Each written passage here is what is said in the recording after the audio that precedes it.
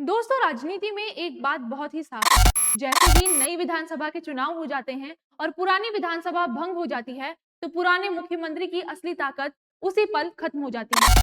पश्चिम बंगाल के विधानसभा चुनाव 2026 में बीजेपी ने बड़ी जीत हासिल की है, जहां बीजेपी को 260 सीटें मिली हैं, जबकि ममता बनर्जी की तृणमूल कांग्रेस सिर्फ 80 सीटों पर ही सिमट गई। लेकिन मुख्यमंत्री ममता बनर्जी ने इस्तीफा देने से साफ इनकार कर दिया। उन्होंने कहा कि हम चुनाव नहीं हारे, हमें हराया गया है। उन्होंने चुनाव में बड़े पैमाने पर धांधली होने का आरोप लगाया और कहा कि मैं राजभवन नहीं जाऊंगी और इस्तीफे का कोई सवाल ही नहीं है।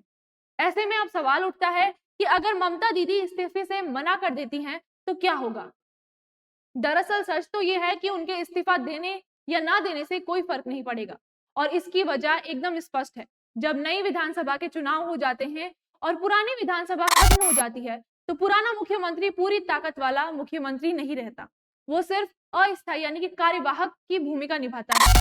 उसका काम सिर्फ प्रशासन को चलाते रहना होता है, ना कि बड़े फैसले लेना। यहाँ एक आसान बात समझिए कि मुख्यमंत्री की ताकत विधानसभा से आती है और जैसे ही विधानसभा भंग हो जाती है, उसी के साथ ही उसकी ताकत भी खत्म हो जाती है। इसलिए उनका पद असल मायने में खत्म माना जाता है, चाहे उन्होंने औपचारिक रूप से इस्तीफा दिया हो या नहीं। अब अगर वो इस्तीफा देने से मना कर दें, तब भी कोई बड़ी समस्या नहीं होती। वो सिर्फ एक प्रक्रिया को टाल रहे होते हैं। ऐसी स्थिति में राज्यपाल नए मुख्यमंत्री को नियुक्त कर सकते हैं और जैसे ही नया मुख्यमंत्री शपथ लेता है, पुराना मुख्यमंत्री अपने आप पद से हट जाता है। उसके इस्तीफा देने या न देने का कोई खास फर्क नहीं पड़ता।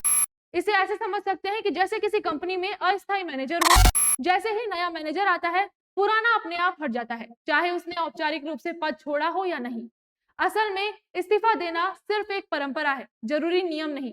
ये इसलिए किया जाता है ताकि सत्ता का बदलाव आसान और सम्मानजनक लगे। लेकिन अगर कोई ऐसा नहीं भी करे, तब भी सिस्टम चलता रहता है। अब इस मामले में पश्चिम बंगाल के राज्यपाल अहम भूमिका में हैं। विशेषज्ञों का कहना है कि बहुमत साफ होने पर राज्यपाल भाजपा के विधायक को शपथ दिलवा सकते हैं।